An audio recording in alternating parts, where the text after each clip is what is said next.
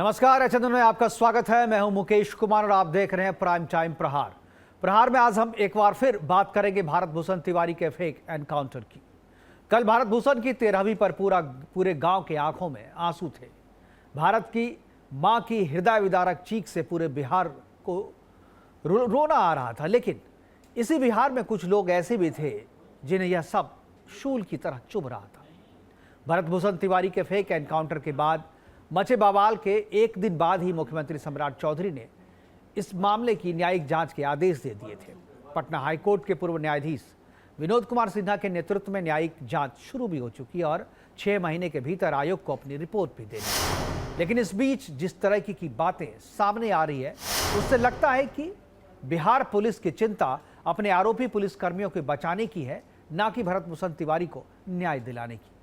Fake encounter के मुख्य आरोपी डीएसपी राजेश कुमार शर्मा, जिसे घटना के बाद लाइन हाजिर कर दिया गया था, उसके जस्ट 13 दिन के भीतर ही, यानी जिस दिन उसकी 13वीं थी भरत भूषण की, उसी दिन डीएसपी को मद्य निषेध एवं स्वापन नियंत्रण ब्यूरो में शानदार पोस्टिंग देकर इनाम दे दिया गया।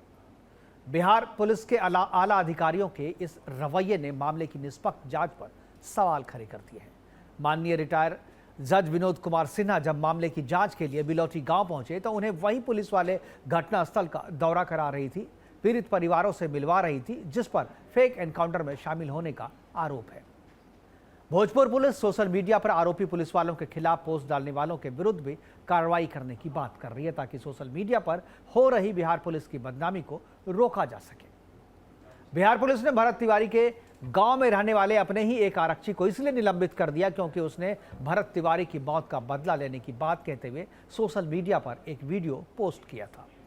दूसरी तरफ आरोपी डीएसपी राजेश कुमार शर्मा, जिसका नाम एफआईआर में दर्ज है, उसके प्रति बिहार पुलिस का रवैया बताता है कि वह न्यायिक जांच को प्रभावित करना चाहती है और चाहती है कि भरत भूषण को न्याय ना मिले।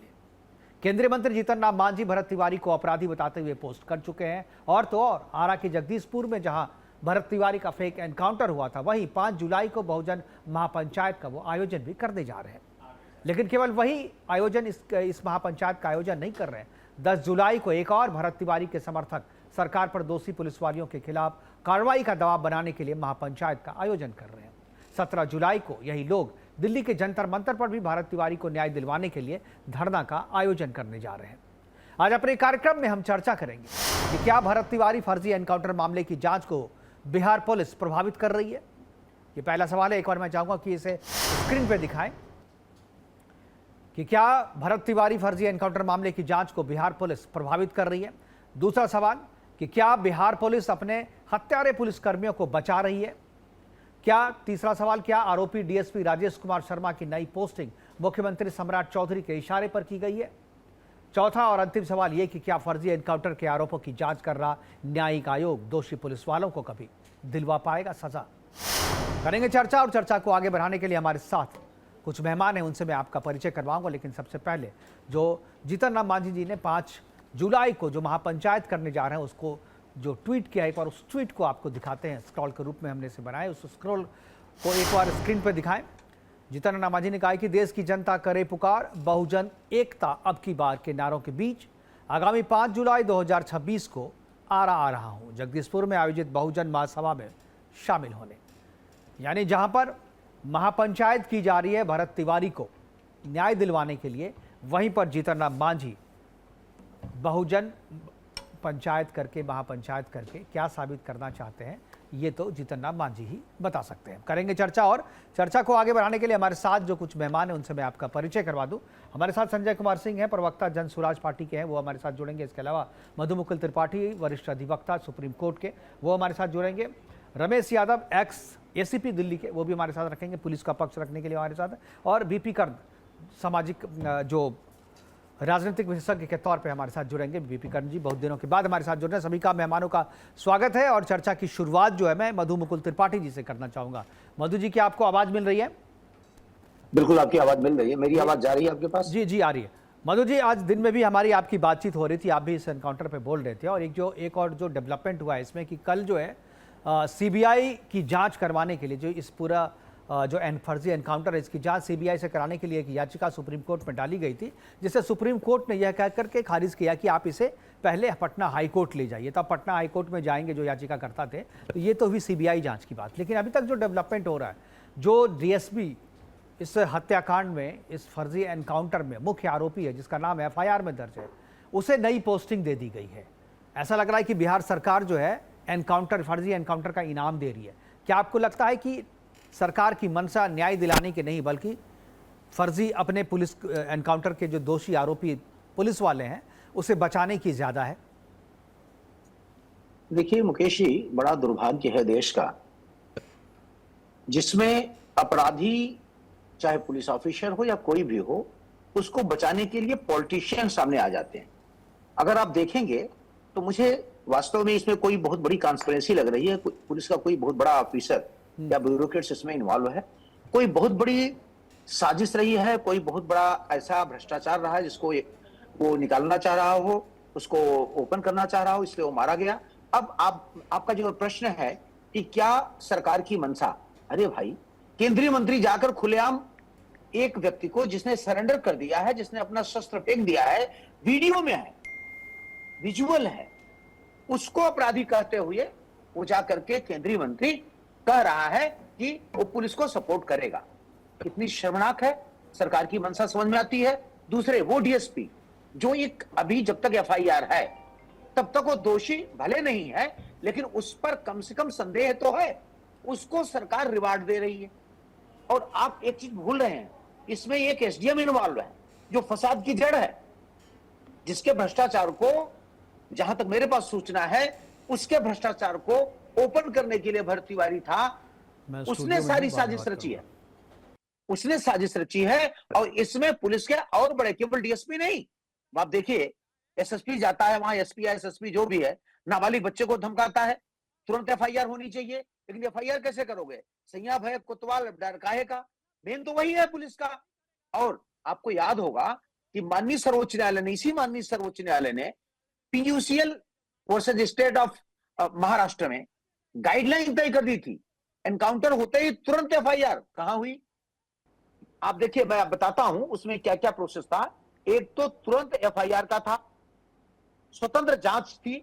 स्वतंत्र जांच क्या है? अगर कोई व्यक्ति, जैसे मैं हूं, मान लीजिए मैं डीएसपी हूं और मेरे नेतृत्व में कोई एनकाउंटर हुआ है, तो मेरे से ऊपर का अधिकारी, उच्चाधिकारी उसको इन्वेस्टिगेट करेगा। वो भी कहीं नहीं है।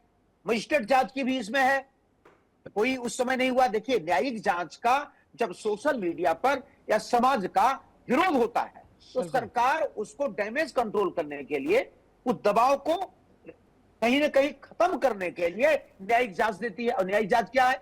I am sorry, due respect with retired जज, जो माननीय न्यायाधीश इसकी जांच कर रहे हैं, उनके साथ कौन जा रहा है? वही अपनी पुलिस वाले जिन्होंने एनकाउंटर किया है, जिन्होंने गोलियां मारी हैं। बताइए आप मैं आपसे कह रहा हूं, आपके सामने आपका शत्रु है, और वो शत्रु जो वर्दी में है, वो शत्रु जो पावरफुल है, क्या आप उसके खिलाफ बोल सकते हैं? उसके खिलाफ, उसके सामने बोल सकते हैं?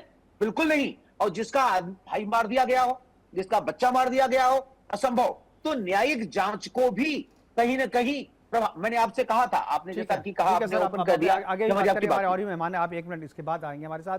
रमेश यादव जी दिल्ली के हैं। जी मधु जी और भी लोग हैं, मैं आऊंगा। मैं आपके आक्रोश को समझ सकता हूं, रमेश यादव जी हमारे, ये कानूनी प्रक्रिया है भाई, कानूनी प्रक्रिया का पालन न करना कितना दुर्भाग्य, शर्मनाक है। ठीक है, ये सब रमेश यादव जी हमारे साथ। केंद्रीय मंत्री को रोक नहीं सकते क्या? रमेश यादव जी, आप दिल्ली पुलिस में रहे हुए हैं और इस तरीके के बहुत सारी चीजों से आप रूबरू हुए होंगे, आपको अपना एक्सपीरियंस भी होगा कि जब पुलिस वाले फंसते हैं तो उनको बचाने के लिए पुलिस वाले ही आते हैं, तब वो भूल जाते हैं कि हमें न्याय दिलाना हमारा पहला लक्ष्य है।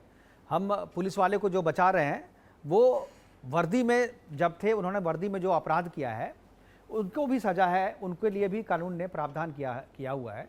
लेकिन पुलिस वाले ये भूल जाते हैं कि वो अपराधी हो, अपने वर्दी वाले को और वर्दी पे दाग ना लगे, चाहे हम कुछ भी करें, इस मेंटलिटी से काम करते हैं। आप क्या कहें, क्या आपको लगता है कि बिहार पुलिस जो है अभी फर्जी एनकाउंटर के अपने साथियों को बचाने के फेर में ज़्यादा है, चक्कर में ज़्यादा है? भरत भूषण को न्याय दिलवाने की उनकी मंशा जो है, लगता है कि बिल्कुल है ही नहीं। आपकी आवाज़ नहीं आ रही है, अनम्यूट करें सर अपने आप को।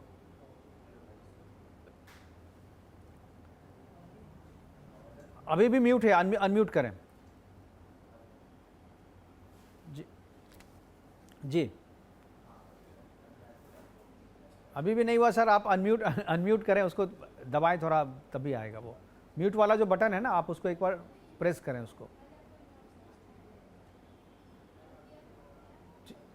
नहीं हो पा रहा है, आप एक बार मैं कहूँगा जो हमारे जो गेस्ट कोऑर्डिनेटर हैं एक बार उनको अनम्यूट कराएं, तब तक मैं संजय कुमार सिंह के पास जाऊँगा, प्रवक्ता है। अच्छा हो गया, अब आवाज़ आ रही जी, रमेश जी आपकी आवाज़ आ रही है, बोलिए। मुकुल जी, मैं कह रहा था कि पुलिस पे एलिगेशन हमेशा लगते रहे हैं। जरूरी नहीं कि पुलिस हर बार गलत काम करे, लेकिन उस पे इतने चेक एंड बैलेंस हैं कि वो ऐसा नहीं है कि वो निरंकुश है। वर्दी पहनने का मतलब ये नहीं है कि कोई निरंकुश हो गया है। किसी भी केस में एलिगेशन लगाना बहुत आसान है, लेकिन उनके पास भी मेजर्स हैं। उनके सीनियर ऑफिसर है, विजिलेंस ब्रांच है, सीआईडी ब्रांच है। आप सबसे बड़ी तो हमारी कोर्टें मॉनिटर करती है। ऐसा नहीं है कि जो पुलिस ऑफिसर ने कर दिया वो बिल्कुल पत्थर की लकीर है, उस पे भी तो सुपरविजन होता है कोर्ट का।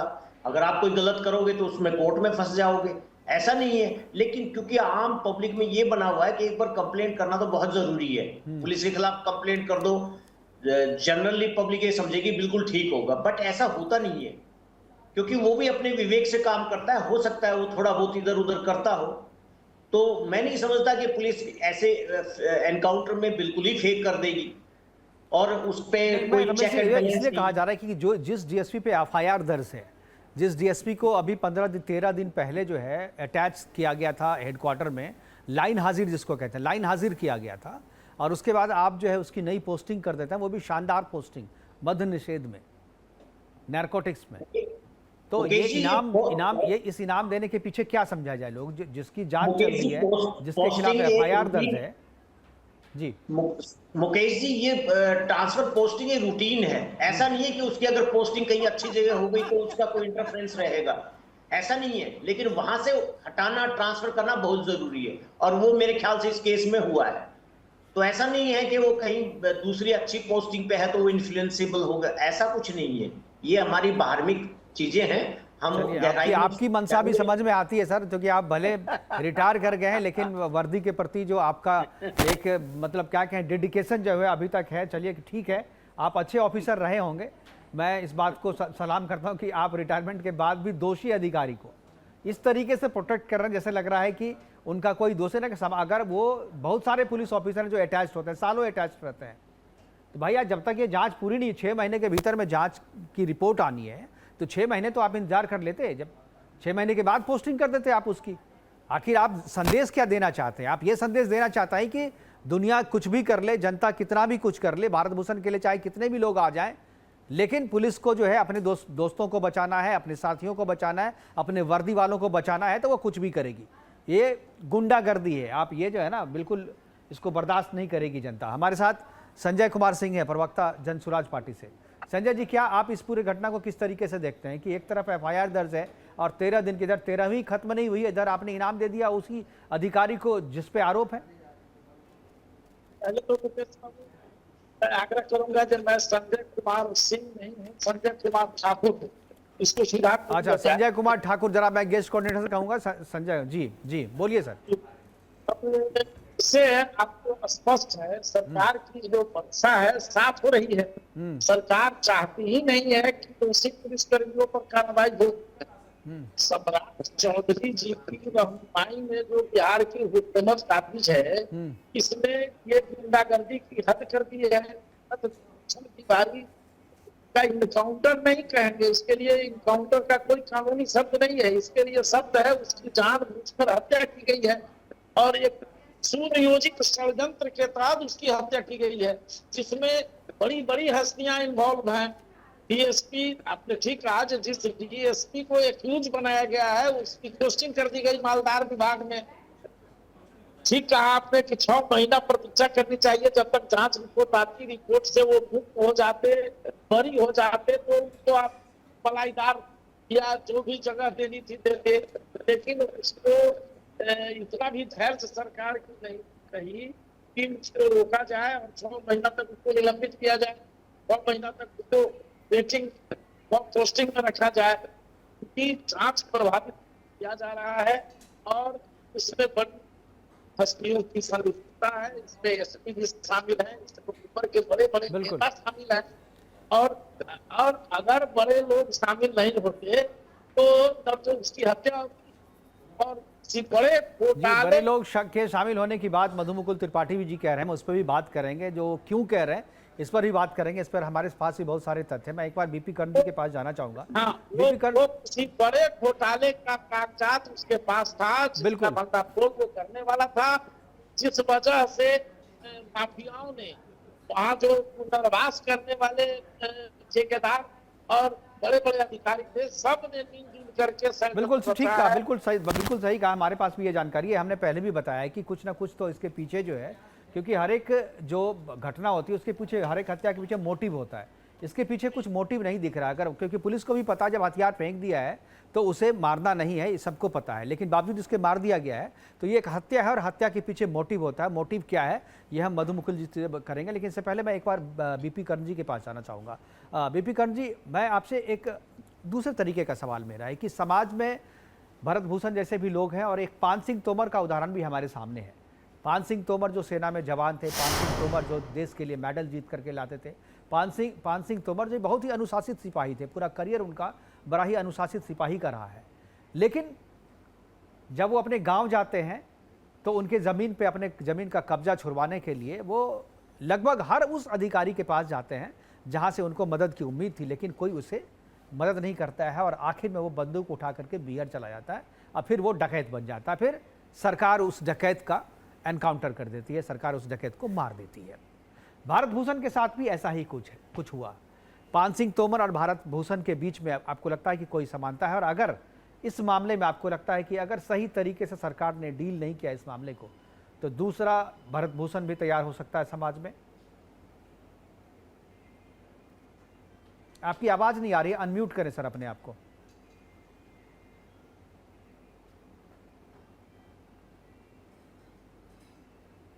अभी भी नहीं हुआ, आप अनम्यूट करें, जो माइक वाला जो बटन है आप उसको एक बार दबाएं। जी बोलिए, अभी भी नहीं हुआ है। आवाज आ रही है बीपी कर्ण? तो जिस तरीके की बात अभी चल रही है भारत भूषण के एनकाउंटर, फर्जी एनकाउंटर को जांच चल रही है, एक तरफ न्यायिक आयोग जो है जांच कर रहा है, जज जो है पूर्व जज विनोद कुमार सिन्हा इसकी जांच कर रहे हैं, लेकिन जांच में जो अधिकारी सहयोग दे रहे हैं वो वही हैं जिन पे आरोप है भरत भूषण के एनकाउंटर का, भरत भूषण की हत्या का। और जिस तरीके से बिहार पुलिस अपने हत्यारी पुलिस को बचा रही है, उससे लगता है कि उनकी मंशा भारत भूषण को न्याय दिलवाने की नहीं बल्कि उनके हत्यारों को बचाने की ज़्यादा लग रही है। अगर अनम्यूट कर लिए हो, अगर बीपी कर्ण जी की आपने अनम्यूट किया, वहाँ पर एक माइक होगी जो ऊपर में स्क्रीन पर दिखता होगा, आप उसको एक बार बटन दबाएंगे तो वो अनम्यूट हो जाएगा, आपकी आवाज़ आने लगेगी। लगता है भारत भूषण बीपी कर्ण जी को मेरी आवाज़ या उनकी आवाज़ हमारे तक नहीं पहुँच रहा। मैं एक बार मधु मुकुल त्रिपाठी जी के पास वापस जाऊँगा।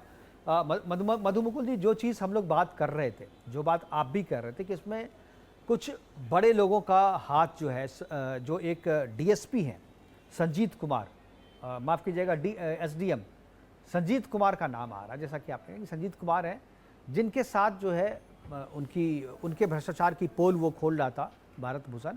और एक जो बात और जो मेरे संज्ञान में आया है कि एसडीएम साहब ने शायद भारत भूषण के सामने उसकी मां को थप्पड़ मार दिया था, और उस थप्पड़ मारने के बाद जो है भारत भूषण ने प्रण लिया था कि मैं आपको नहीं छोड़ूंगा।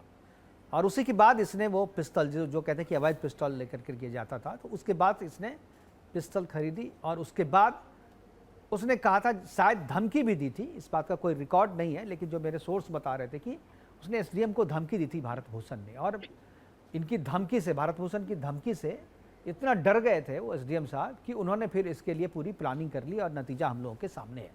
इसको आप किस तरीके से, क्या आपको लगता है सही में ये जो है, क्योंकि वो लड़ाई समाज के लिए लड़ता था भारत भूषण, अपने लिए कोई लड़ाई नहीं लड़ता था, समाज में जो करप्शन है करप्शन की पोल खोलता था, और एसडीएम के करप्शन के पूरे कागजात जो है उसके पास थे, उसके मोबाइल में मौजूद थे।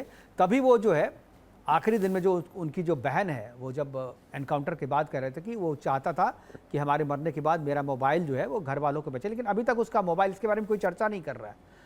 भारत भूषण का मोबाइल कहाँ है, इस बात की कोई किसी को जानकारी नहीं है। जो जब्त किया गया उसके पास सामान उसमें कहीं भी मोबाइल का जिक्र नहीं है। देखिए मुकेश जी, मेरे पास भी मेरे सूत्रों से जो जानकारी आई, एक गांव है जो गांव जो होता है बाढ़ में था, बाढ़ को रिलोकेट किया गवर्नमेंट ने। वहां कोई सुविधा नहीं थी, उस सुविधा के लिए वहां के दलितों के लिए एक जाति संघर्ष न देखा जाए। जो जीतन राम मांझी जैसे एक, आई एम सॉरी टू से, ऐसे अगर हमारे नेता होंगे तो हमें शर्म आएगी। ऐसे नेताओं से हमें वास्तव में शर्म आएगी। अगर वो जो जाकर जातीय रंग दे रहे हैं तो गलत है, क्योंकि वो लड़ाई लड़ रहा था। जातीय रंग देखिए, मैं तो की। इसमें करूं, जातीय रंग जीतन राम मांझी नहीं दे रहे हैं। इससे पहले जो आपके अश्वनी चौबे गए थे, उन्होंने इसकी शुरुआत की थी। अश्वनी चौबे ने क्या कहा था, ये ब्रह्म हत्या है। अरे ब्रह्म हत्या कर क्या मतलब है कहने का? अश्वनी चौबे देखिए एक डेड पॉलिटिशियन, एक डेड पॉलिटिशियन है, समाज में लोग जानते हैं, पूर्व मंत्री है, जो भी है, डेड पॉलिटिशियन क्या? उनका बेटा विधायक है, उनका बेटा विधायक है। आप उसको कैसे कह सकते हैं कि डेड पॉलिटिशियन? जो भी है, मेरा नहीं है वो अश्विनी चौबे, लेकिन जो भी है उसने गलत किया है, पहली बात। दूसरी बात, ये जाति रंग नहीं देना चाहिए। तीसरी बात, उसी की लड़ाई लड़ रहा था वो, उसी का कंप्लेन देने, उसी के विषय में उसकी मां गई थी और संजीत कुमार ने उसको थप्पड़ मारा। अपनी मां, आपके सामने आपकी मां को कोई निरपराध मारे तो आप उद्दलित हो। वो पढ़ा लिखा नहीं था। ऐसा सुनने में आया है कि उसने अपनी सोने की चेन बेच करके शस्त्र खरीदा और उसने प्रण कर लिया कि मैं मार दूंगा। अब संजीत कुमार जैसा भ्रष्ट आदमी, जाहिर है कि वो पैसा खा रहा है। अभी हमारे एक रमेश यादव जी कह रहे थे कि ये होता है वो होता है। मैं दिल्ली पुलिस, हालांकि मेरा नाम जो है बदनाम है, जो मैं पुलिस का सपोर्ट करता हूं, क्योंकि पुलिस एक आवश्यक बुराई है। लेकिन इस केस में माननीय सर्वोच्च न्यायालय के आदेशों की अवहेलना हुई है। ये उनको जो है रिट नहीं डालनी थी सीबीआई इंक्वायरी की, उनको कंटेम्प्ट डालना था डीजीपी के खिलाफ, क्योंकि डीजीपी रिस्पॉन्सिबल है। और कंटेम्प्ट, देखिए क्या होता है कि आपको मोबाइल उल्टा आप फोन मिलाओगे, नहीं मिलेगा, सीधा मिलाओ, तो वकील की गलती रही कहीं ना कहीं। एनीवे, मैं उस पर नहीं जा रहा हूं। उसने प्रतिज्ञा कर ली, संजीत कुमार के माध्यम से बहुत सारे लोग खा रहे थे। वो एक अकेला ऐसा व्यक्ति नहीं है जो उसमें इन्वॉल्व होता, उसने इसमें फील्डिंग की। और ये पुलिस वाले, सर, मैं सोचिए इसके बारे में मैं बात करूंगा। अभी लगता है बीपी कर्ण साहब को जो है आवाज मिलने लगी है। बीपी कर्ण जी, क्या आपको आवाज मिल रही है? बीच में मत रुको। नहीं, आप जिस फ्लो से बोल रहे हैं उनकी आवाज, उनका टर्म था, उनके टर्म में मैंने आपको ले आया था मैं। तो कर्ण साहब, आवाज आ रही है क्या? जी, मेरी आपकी आवाज आ रही है जी, बोलिए। हाँ मुकेश जी, ऐसा है कि पूरे प्रसंग को हम लोगों ने सोशल मीडिया के माध्यम से, समाचार पत्र के माध्यम से देखा। देखने के बाद जो मेरी अपनी समझदारी बनती है और उसके पृष्ठभूमि में जो बात मैं कहना चाहता हूं, रमेश जी से क्षमा याचना से ही, कि बिहार जैसे राज्य में पुलिस की छवि एक सहयोगी के रूप में नहीं है। ये हमने अनुभव किया है।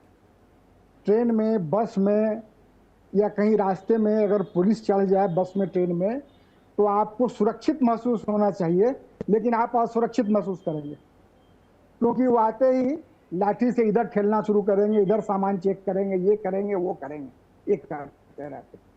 और दूसरी ओर भरत तिवारी जी के भी आचरण को हम सही नहीं ठहरा सकते। यह भी उतना ही सत्य है। क्यों कि अगर हर आदमी इस तरह करने लगेगा तब तो फिर कानून का राज नहीं रह जाएगा। दूसरी बात, जहां तक भरत तिवारी के आचरण का प्रश्न है वह गलत है, लेकिन पुलिस को भी एनकाउंटर की उपेक्षा की जा सकती थी, पुलिस द्वारा भी की जा सकती थी। यह भी बहुत ही उतना ही मौजूद सवाल है, क्योंकि जो चित्र जो सामने आए हैं देखने के लिए, उससे यह पता चलता है कि यह इससे बचा जा सकता था, लेकिन पुलिस ने उससे बचने की कोशिश नहीं की। यह भी दुर्भाग्यपूर्ण है। दूसरा, इस मसले पर जो राजनीतिक साजिश हो रही है, आपने सही कहा। सबसे पहले अश्विनी चौबे जी वहां गए। क्यों गए? वो इसलिए गए कि राजनीतिक वनवास में है वो, इसलिए गए वहां। दूसरी बात, जीतन राम मांझी जी केंद्र में मंत्री हैं, लेकिन पार्टी उनका हम है। हम का मतलब वो सिर्फ अपना परिवार समझते हैं, उसके बाहर हम नहीं है उनका। तो वो भी एक राजनीतिक गोटी अपना सेक रहे हैं। इन सारे परिस्थितियों के बीच से एक समझदारी भरी रास्ता, समझदारीपूर्ण रास्ता निकालना पड़ेगा, और यह रास्ता आपसी विमर्श से ही निकल सकता है। और यह सरकार अपने कदम से, अपने कार्य से, अपने एक्शन से इसको सही कर सकती है। अभी तक सरकार के द्वारा जो कदम उठाए गए हैं उनमें जैसे उनको पुरस्कृत करने की बात थी, उससे बचा जा सकता था। न्यायिक आयोग का विनोद सिन्हा जी जो है उनके अध्यक्षता में गठन किया गया, वो एक सकारात्मक पहल है। तो हमको रिपोर्ट आने तक की प्रतीक्षा की जानी चाहिए थी और पुलिस को भी चाहिए था कि वो इनकाउंटर से बच सकती थी। चाहिए नहीं था, वो बच सकती थी। नहीं, बात और भरत सही आप कह रहे हैं कि तिवारी बच सकती थी, लेकिन मंशा उसकी नहीं थी। वही बात तो मैं कह रहा हूँ, यही चीज़ जो है अभी मधु मुकुल त्रिपाठी जी से बात हो रही थी, जो उनकी मंशा वो नहीं थी, उनका मोटिव। अगर ये हत्या है तो मोटिव है उनके पास।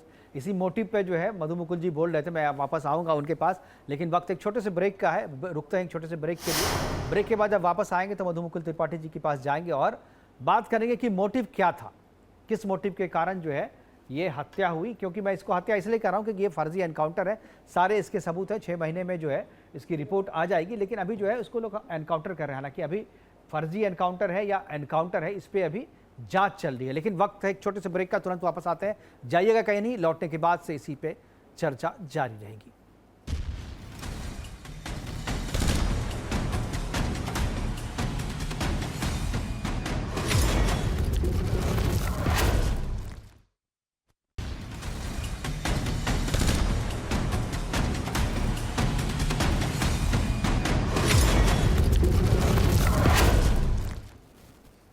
ब्रेक के बाद स्वागत है आपका और हम चर्चा करें कि भरत तिवारी के हत्यारों को पुलिस बचा रही है, बचा नहीं रही बल्कि अपने आरोपी पुलिस वालों को इनाम भी दे रही है। हमारे साथ सारे मेहमान बने हुए हैं। वापस चलेंगे मधु मुकुल त्रिपाठी जी के पास। मधु जी, जिस तरीके से अभी बीपी कर्ण साहब कह रहे थे कि बचा जा सकता था, और गलती दोनों की बता रहे हैं। उनका कहना है कि पुलिस को ही बचा सकता है। भरत तिवारी का आचरण जो है वो आचरण भी जो है ना एक्सेप्टेबल नहीं है समाज के लिए। बात मैं पहले प्रोग्राम में भी बोल चुका कि कितना भी आप लड़ाई करें समाज के लिए, कितना भी आप भ्रष्टाचार के खिलाफ लड़ें, लेकिन तरीका उसका कानूनी होना चाहिए। आप गैर कानूनी तरीके से आप कोई भी लड़ाई नहीं लड़ सकते, क्योंकि भारत है ये, पाकिस्तान नहीं है। यहाँ आपको कानून के हिसाब से चलना पड़ेगा, नियम के हिसाब से, संविधान के हिसाब से चलना पड़ेगा। और इस मामले में भारत भूषण भी दोषी है, लेकिन इस दोष का या इस अपराध की सजा मौत नहीं है। अगर आप अवैध हथियार लेकर के आप कर रहे हैं तो आपको 7 साल की सजा हो सकती है। पुलिस को यह कोई हक नहीं है कि आप उसे एनकाउंटर कर दें, हथियार डाल देने के बाद भी आप उसको मार दें। ये एनकाउंटर, ये कहीं से पुलिस का भी अधिकार नहीं है। जो बात अभी बीपी जी ने कर्ण साहब ने कहा, मैं उसी पे आगे बढ़ता हूं। और आप जो कह रहे थे कि मोटिव की बात कर रहे थे कि आखिर एक एसडीएम के भ्रष्टाचार का खुलासा करना चाहता था, उसके डॉक्यूमेंट्स थे और उसके कारण जो है वो पूरी सेटिंग है। क्या एक एसडीएम के लिए पूरा पुलिस महकमा किसी एक व्यक्ति को खत्म करने में लग सकता है? मधु मुकुल जी, देखिए मुकेश जी, बड़ा शर्मनाक है। पहली बात तो मैं क्वांटम ऑफ पनिशमेंट की बात करूंगा। जैसा कि बीपी जी ने कहा, ठीक है, निसंदेह उसका तरीका ठीक नहीं था, निसंदेह उसको वायलेंस नहीं होना था, वायलेंट नहीं होना था, निसंदेह उसको शस्त्र नहीं लेना था। लेकिन पान सिंह तोमर वाले घटना में आप देखिए कि एक व्यक्ति सिस्टम, जो हमारा सड़ा हुआ सिस्टम है, अभी आपने देखा कि एक रिटायर्ड पुलिस ऑफिसर कैसे डिफेंड कर रहा है। मैं नाम नहीं लूंगा, अब मैं जिस कॉलोनी में रहता हूं वहां बहुत सारे लोग रहते हैं। एक जज साहब ने राइटिंग में कहा कि आपको सेल्फ डिफेंस है, आप किसी को चाहो तो मार दो। मेरी उनकी बहुत सारा मेरी बातचीत हो गई, मैं क्षमा चाहता हूं। अंत में वो बैक फुट पर गए, हालांकि माफी नहीं मांगी। तो क्या होता है कि ये जो सिस्टम में लोग हैं ये अपनी बपौती समझते हैं, ये भूल जाते हैं कि यहां की जनता जो टैक्स देती है उस टैक्स से ये पलते हैं। तो उस जनता को ये सोचें, जनता के सेवक हैं, जनता के राजा नहीं है, लेकिन ऐसा सोचते नहीं। तो एक तो सिस्टम के प्रति जो एक गड़बड़ी है, जो एक सिस्टम, अब देखिए आप क्या सोचते हैं, केवल एसडीएम इन्वॉल्व रहा होगा? केवल एसडीएम के लिए इतनी बड़ी बात हो गई होगी क्या? केवल एसडीएम के लिए डीएसपी तो ठीक है, समकक्ष है, एसपी जाकर धमका रहा है? नहीं, इसमें एसडीएम के माध्यम से कोई बहुत बड़ी मछली इन्वॉल्व है। और उस बहुत बड़ी मछली को बचाने के लिए अब आप देखिए, आपके मेरे पास कोई तथ्य नहीं था कि मैं बोल नहीं पा रहा था, ये सच है। उसके मोबाइल में सारे एविडेंस थे, वो मोबाइल गायब कर दिया गया। किसके द्वारा? उसका एनकाउंटर पुलिस कर रही है, पुलिस उसके 5 गोलियां मारती हैं।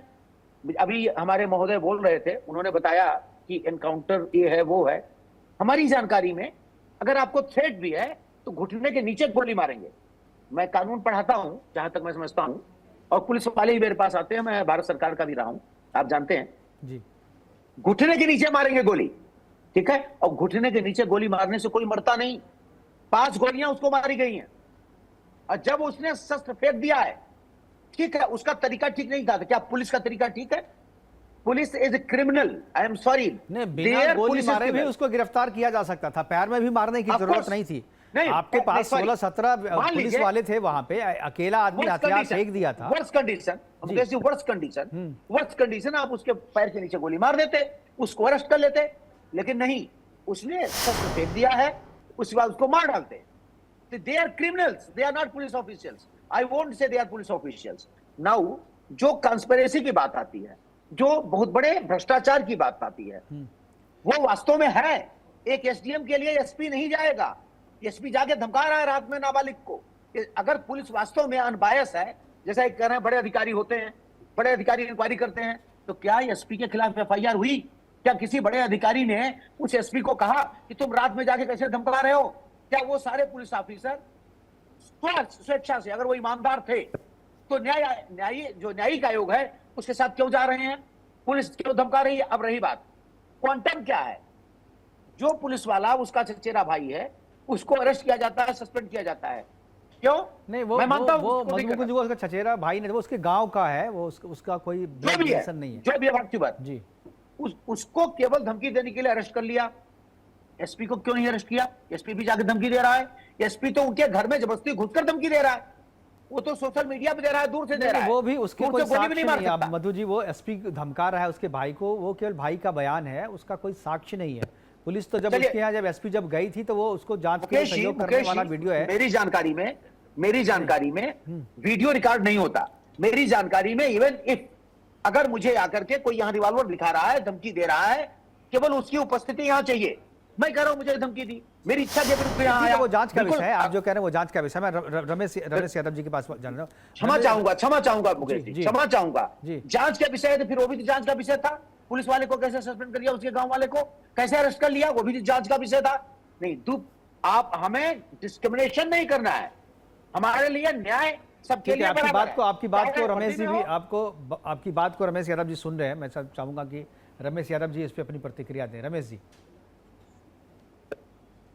मुकेश जी, जैसे त्रिपाठी साहब कह रहे हैं कि भाई पैर में गोली मारनी चाहिए थी, देखो सेल्फ डिफेंस में ना ये नहीं इंटेंशन होती कि इसको हमने पकड़ना है, ये अपना बचाव करना होता है। ये वकील साहब है, इनको मालूम होगा। तो ये कहना कि उसके पैर पे मारनी चाहिए, मतलब आप इंटेंशनली वो ना फायर कर रहे हो। सेल्फ डिफेंस में कहीं भी गोली चल सकती है, कहीं भी लग सकती है। इसमें कोई अगर आपके दिमाग में आए, उस टाइम जो डिसीजन आए वो अप्रोप्रिएट होता है। और रहा ये बात कि जी बिहार पुलिस ठीक नहीं, हमारे प्रवक्ता जी कह रहे हैं, मैं ये कह रहा हूं कि पुलिस कहां से आती है? It is a part of our social justice, हमारे समाज का एक भाग है। जैसा हमारा समाज होगा, पुलिस का ऑफिसर भी वैसा ही मिलता जुलता रहेगा। आप कहें कि हमारे समाज में बड़ा संतोष है, बेईमानी है और भ्रष्टाचार है, और हम सोचे कि पुलिस ऑफिसर कोई कहीं और से आ जाए, वो भी एक समाज का हिस्सा, हमें मानना पड़ेगा। तीसरी बात यह है कि इंक्वायरी होने में विश्वास रखना चाहिए।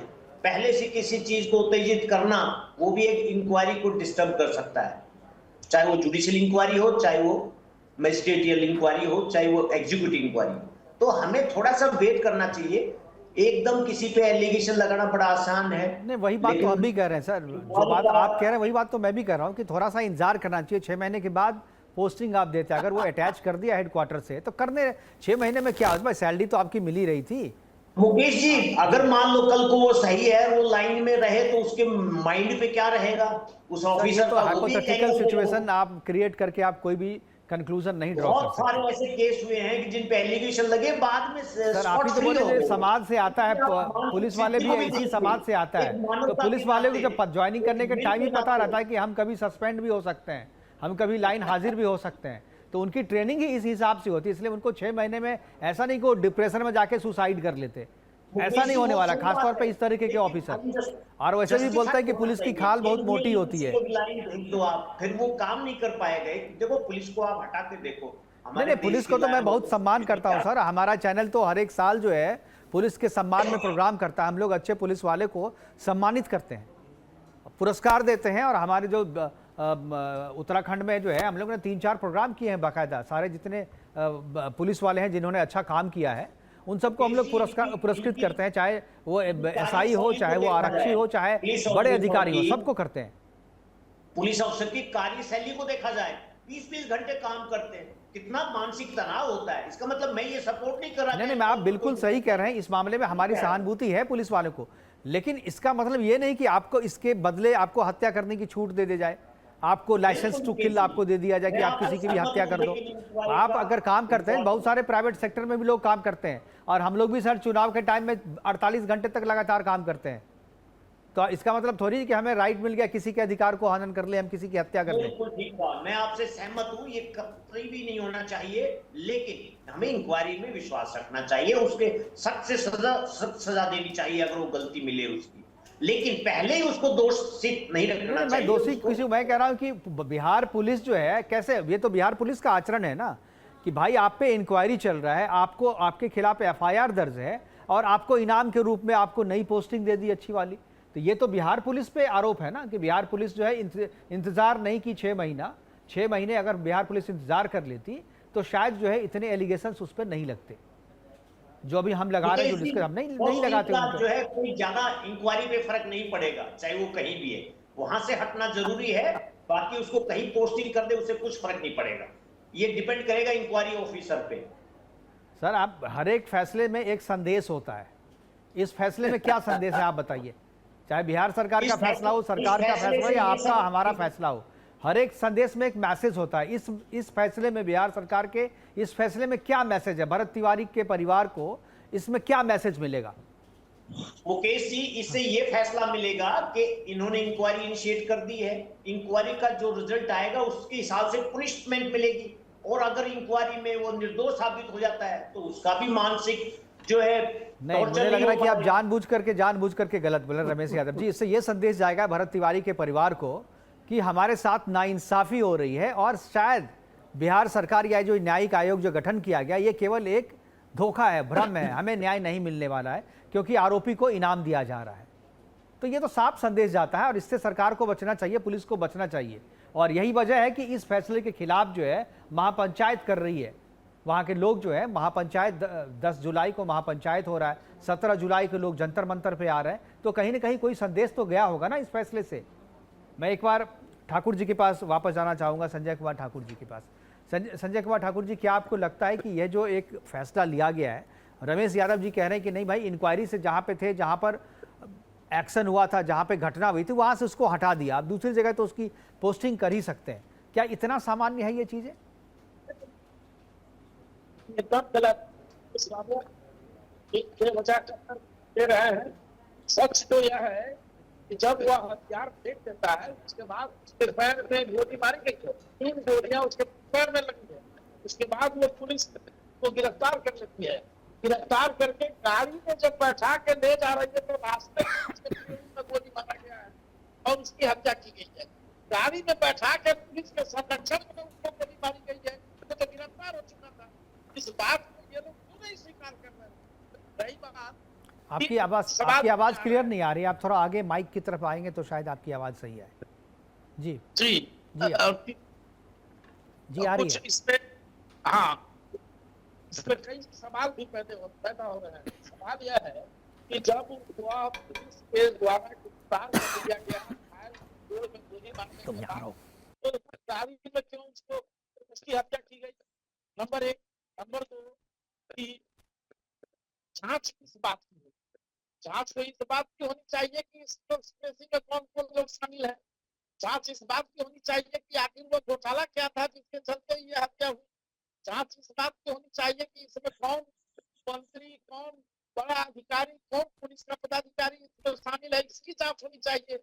घटना की क्या जांच होगी? घटना तो सब के सामने स्पष्ट है मुकेश बाबू कि उसने हथियार फेंका, वो अपराधी नहीं था, आपराधिक चरित्र नहीं था, उस पर कोई मुकदमा नहीं था, वो एक विद्रोही था, बागी था, जो सिस्टम से नाराज था और वो लोगों के लिए, वहां के दलित अति पिछड़ा पिछड़ा जो समाज के लोग पुनर्वास के लिए वहां नहीं आ रही, मुझे लग रहा है कि कुछ स्पष्ट नहीं सुना जा रहा। मैं बीपी कर्ण जी के पास एक और जाना चाहूँगा।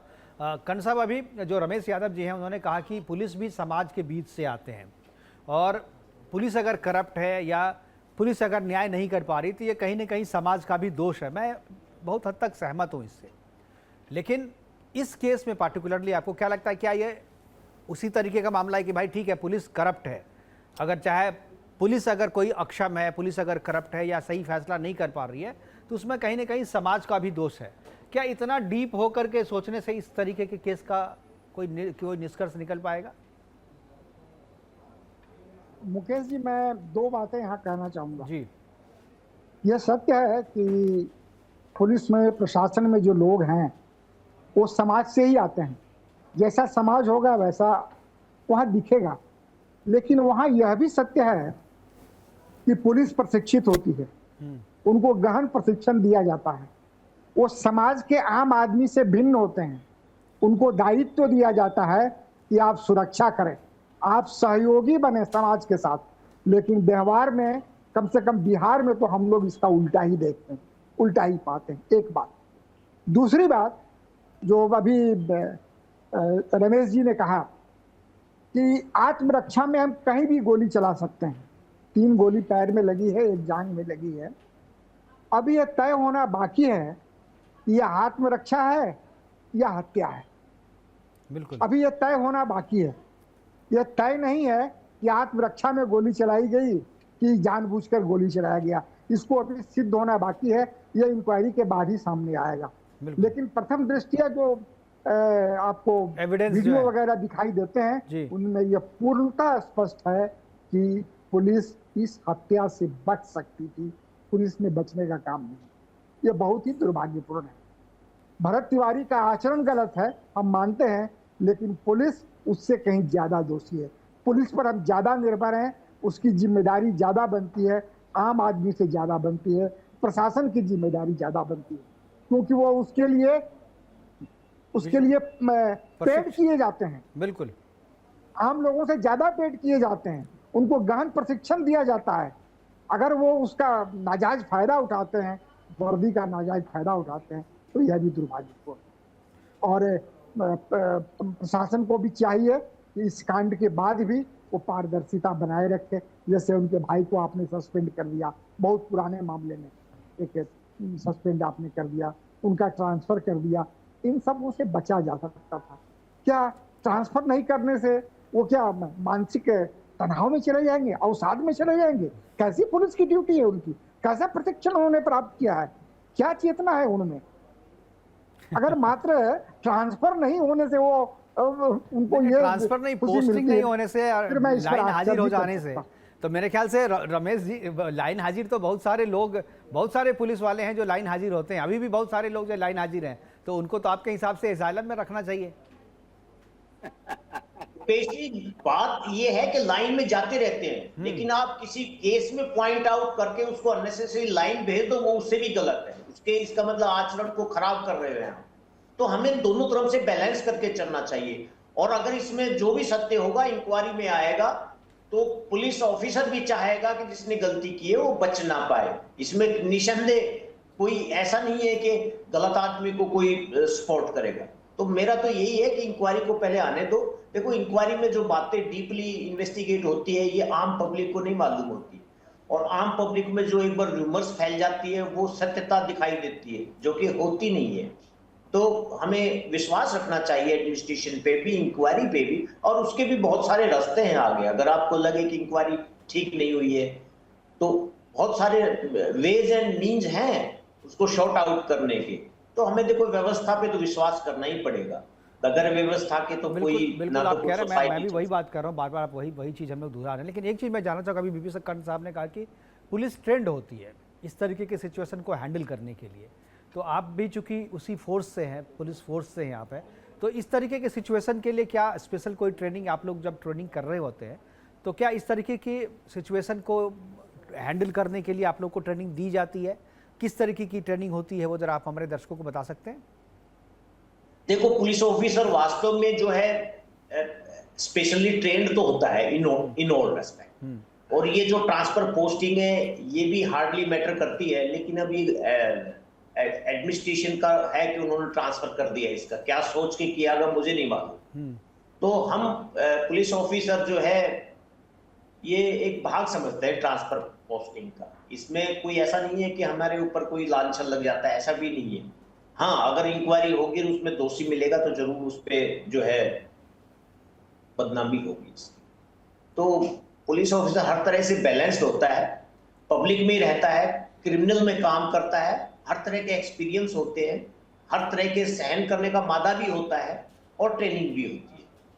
तो इसीलिए कोई पुलिस ऑफिसर इस तरह की जो है लॉ एंड ऑर्डर में ऐसा कोई मजाक किया या इस तरह की कोई हरकत नहीं करता जिससे कोई गलत प्रभाव हमारे समाज में जाए। तो मेंटली वो जो है इतना ट्रेंड होता है कि इस तरीके की सिचुएशन को वो हैंडल कर ले, जैसा कि आप कह रहे हैं कि वो किसी के प्रोवोक करने से प्रोवोक भी नहीं होता है, इस तरीके की ट्रेनिंग भी होती है उनकी। रमेश जी, बिल्कुल नहीं होना चाहिए, यही तो पुलिस ऑफिसर है। उसके पास तो बच्चा भी आएगा, वयस्क भी आएगा, क्रिमिनल भी आएगा, समाज के इज्जतदार, उसको तो चेहरा देख के उसी तरह बिहेवियर करना चाहिए, यही तो पुलिस में मेन ट्रेनिंग है। लेकिन क्या आपको लगता है कि इस केस में ऐसा हुआ है?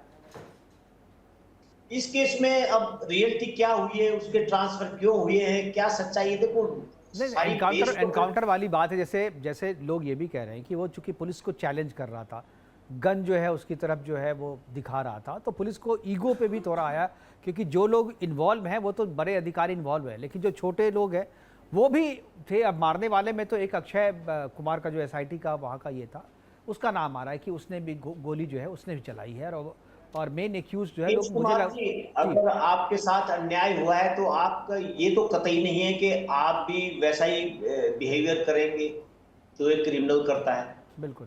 तो इस तरह के उसमें अगर उन्होंने ऐसा कोई व्यवहार किया है तो देखो ये तो इंक्वायरी का मैटर है कि कितना खतरा था पुलिस को, क्यों एनकाउंटर करना पड़ा, ये तो सारे गवाह, उनके साइट इंस्पेक्शंस, लोगों के स्टेटमेंट्स और तिवारी जी की बैकग्राउंड्स, प्लस वो पुलिस ऑफिसर हैं उनकी बैकग्राउंड्स, तो ये बहुत सारी चीजें डिपेंड करती है हालात में, तब कोई पता लगेगा कि किसकी गलती है, और ये जरूर पता लगेगा कोई ना कोई फॉल्ट पे जरूर है। बिल्कुल। रमेश जी, आप देखिए जो बात हम लोग कह रहे थे आखिर में आप धीरे धीरे वहीं पे आ गए, क्योंकि हम लोग सच कह रहे थे, आप सही में सच के तरफ जो आ गए धीरे धीरे बोलते हुए, और शुरू में जो आपने बातें कही थी आपने उसी को जो है आखिरी में मुझे लगता है कि अपनी ही बातों काट के आप आखिर में सच में जो हम लोग चाह रहे थे वही आप बोलते बोलते वहीं पर आकर के रुक गए आप। मधु मुकुल जी, मैं आपके पास एक बार वापस आना चाहूँ। क्या आप लगता है, हमारे पास समय कमी चूँकि मैं कंक्लूजन की तरफ जा रहा हूँ, क्या आपको लगता है कि पुलिस का जो अभी व्यवहार है, जो न्यायिक जांच हो रही है विनोद कुमार सिन्हा के नेतृत्व में, क्या आपको लगता है कि ये सब सारे जो आसपास की चीज़ें घटित हो रही हैं इससे जांच पे भी असर पड़ेगा? और विनोद कुमार, चूँकि आप न्यायिक फील्ड से हैं, आप भी लीगल फील्ड से हैं, क्या जैसे ट्रेंड होते हैं पुलिस वाले, न्यायाधीश भी तो ट्रेंड होते हैं, क्या आपको लगता है कि वो प्रभावित हो जाएंगे इस तरीके के? क्योंकि अब इस तरीके के जब घटना होती है इस तरीके, तो एक मैसेज दिया जाता है कि प्रशासन किसके साथ खड़ा है, तो प्रशासन, ये क्या आपको लगता है कि जज साहब को भी एक मैसेज देने के लिए ये फैसला, ये निर्णय लिया गया है? मुकेश जी, जहां तक मेरी अपनी समझ है, जस्टिस विनोद सिन्हा भी नहीं प्रभावित होंगे, लेकिन वो मजबूर हैं, जो उनके सामने साक्ष्य हैं उसी पर वो कार्य करेंगे। अभी आपने देखा कि रमेश जी ने क्या कहा कि गवाहियां होंगी, वही मैं आपसे शुरू में कहा था कि पुलिस उन्हीं गवाहियों को प्रभावित करने के लिए, जो क्रिमिनल हैं, जो दोषी हैं, जिनका इसमें नाम है, वही जा रहे हैं। तो उनके सामने डर के मारे कोई गवाही नहीं देगा। जब गवाही नहीं होगी, जब साक्ष्य नहीं होगा, तो जस्टिस सिन्हा क्या करेंगे? जस्टिस सिन्हा तो उन्हीं गवाहियों के बेस पर आगे बढ़ेंगे, उनका जो भी वो अपने डिस्क्रिप्शन का प्रयोग करेंगे, जो तथ्य बनाएंगे उन्हीं उसी बेस पर बनाएंगे, जिसको पुलिस बड़े चालाकी से प्रभावित कर रही है। इसका मतलब इसमें पूरा सिस्टम इन्वॉल्व है, सरकार इन्वॉल्व है, केंद्रीय मंत्री वहां जा रहे हैं वो इन्वॉल्व हैं, ये सारे के सारे इन्वॉल्व हैं। अगर सरकार वास्तव में इसका कोई प्रॉपर सॉल्यूशन चाहती है तो सरकार को चाहिए कोई जो पुलिस अधिकारी हैं वहां के लोकल ना हो, बाहर का पुलिस ऑफिसर्स हो, वो जस्टिस सिन्हा के साथ हो, उनके द्वारा साक्ष्य कलेक्शन हो, ये सारे के सारे इंक्लूडिंग एसडीएम जेल में होंगे, इनको सजा होगी। आपको याद है अभी साउथ में मृत्युदंड मिला है पुलिस अधिकारियों को। बिल्कुल, तो ये बिल्कुल। मृत्युदंड के भागी हैं, क्योंकि एक बिल्कुल शस्त्र बिल्कुल सही देने कहा के बाद- आपने सर कि ये जो है गवाह को प्रभावित करके, ताकि वो जब इंक्वायरी हो, जुडिशियल इंक्वायरी में उनके हिसाब से गवाही हो जाए और वो बच से कर। यही बात मैं Yes. पहली बार शुरू से कह रहा हूँ कि ये सारी चीज़ें जो हैं पुलिस को, आरोपी पुलिस वालों को बचाने की कोशिश कर रही है बिहार की पुलिस, और पूरे सिस्टम को, पूरे जांच को जो है प्रभावित करने की कोशिश कर रही है। हमारे साथ जुड़ने के लिए हमारे पास समय की कमी है, प्रोग्राम को यहीं पर वाइंड अप करना पड़ेगा। हमारे साथ जुड़ने के लिए बीपी कर्ण साहब आपका, रमेश यादव जी आपका, मधु मुकुंद त्रिपाठी जी आपका, और ठाकुर जी आपका, संजय कुमार ठाकुर जी आपका बहुत बहुत धन्यवाद। हमारे साथ जुड़े, इस महत्वपूर्ण चर्चा में अपनी बातें हमारे दर्शकों के साथ साझा किया। लेकिन जिस तरीके से जांच आगे बढ़ रही है, ये जिस तरीके से एक के बाद एक एक्शन से संदेश देने की कोशिश बिहार सरकार, बिहार की पुलिस कर रही है, उससे यही लगता है कि उनकी कोशिश जो है अपने पुलिस अधिकारियों को जो इस जांच में, इस एनकाउंटर में या फर्जी एनकाउंटर में फंसे हुए हैं, जिनके नाम से एफआईआर दर्ज है, उन्हें बचाने की कोशिश हो जा रही है। क्योंकि ये ट्रेंड है, ये ट्रेंड केवल इसी मामले में नहीं है कि किस तरीके से व्यवहार करना चाहिए, किस तरीके से एनकाउंटर करना चाहिए, किस तरीके से अपराधियों के साथ मुकाबला करना चाहिए, बल्कि इस बात में भी ट्रेंड है कि कैसे सबूतों के जरिए अपने आप को किसी समस्या से, किसी केस से बाहर निकाला जाए। और इस बार वो उसी प्रशिक्षण का उपयोग करके अपने दोस्तों को, अपने वर्दी वाले मित्रों को उससे निकालने की कोशिश कर रहे हैं। फिलहाल अभी के लिए इतना ही, दीजिए इजाजत, नमस्कार।